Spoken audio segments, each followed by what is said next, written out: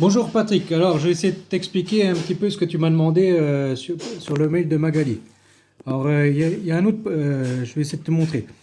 Donc là, ici sur ma figure, ici tu as un carré composé, un carré qui est composé de différentes pièces. Alors il y a 4 pièces, donc voilà. Pour l'instant j'ai un carré et puis je vais essayer de le placer différemment pour essayer d'obtenir un rectangle. Alors regarde bien, hop, je dépasse comme ceci, voilà. Je vais refaire pareil de l'autre côté. Pardon, voilà. Et voilà, du coup, on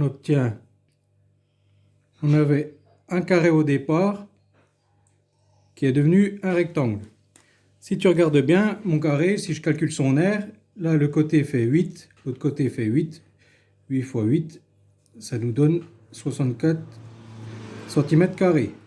Je vais regarder maintenant, je vais calculer l'aire de mon rectangle que je viens d'obtenir. Du coup, si je regarde bien, cette longueur-là fait 3, celle-ci fait 8 et celle-ci fait 5. Ce qui nous fait une longueur totale ici, du coup, de 13 cm. On est d'accord? Donc du coup, si je veux calculer l'aire, il suffit de faire... par contre, ici, pardon, c'était 5, ici, c'était pas 3, ouais, excuse-moi. Donc là, il suffit de faire 5 fois 13, et du coup, on obtient 65 cm². Étonnant, non? Ici, on trouve 64 pour le carré, et ici, on trouve 65 pour le rectangle. Pourtant, on a bien les mêmes pièces. Alors, d'où vient le problème? Le petit souci, c'est qu'ici, en fait, eh ben, il y a une petite arnaque. En fait, si tu regardes bien un petit peu de plus près, eh ben, mais comment? Ici, on n'obtient pas une ligne droite, il y a un petit décalage.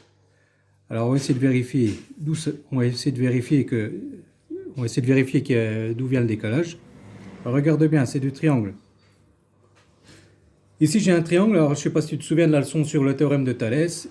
Donc là, normalement, que le théorème de Thalès marche, il faut que les deux droites ici soient parallèles. On est d'accord? Donc cette longueur-là, on a dit que ça faisait 8 cm et celle-ci fait du coup 13 cm. Cette longueur-là, du coup, à faire, on a dit que ça faisait ça fait 3 cm et puis celle-ci nous fait 5 cm. Je ne sais pas si tu te souviens du théorème de Thalès, mais normalement, du coup, le rapport qu'il y a entre cette longueur-là et celle-là, c'est le même que le rapport qu'il y a entre celle-ci et celle-ci. Donc normalement, si je calcule 3 sur 5, je devrais trouver la même chose que si je fais 8 sur 13. 3 sur 5, je vais essayer de tout mettre au même dénominateur.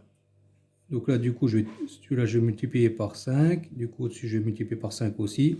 Ce qui nous fait 40 sur 65. Et si je vais multiplier par 13, et là, je vais multiplier par 13, ce qui nous fait 39 sur 65. Les rapports ne sont pas égaux. Donc du coup, le théorème de Thalès n'est pas appliqué. Donc du coup, ce qui signifie que nos deux droites ici ne sont pas parallèles.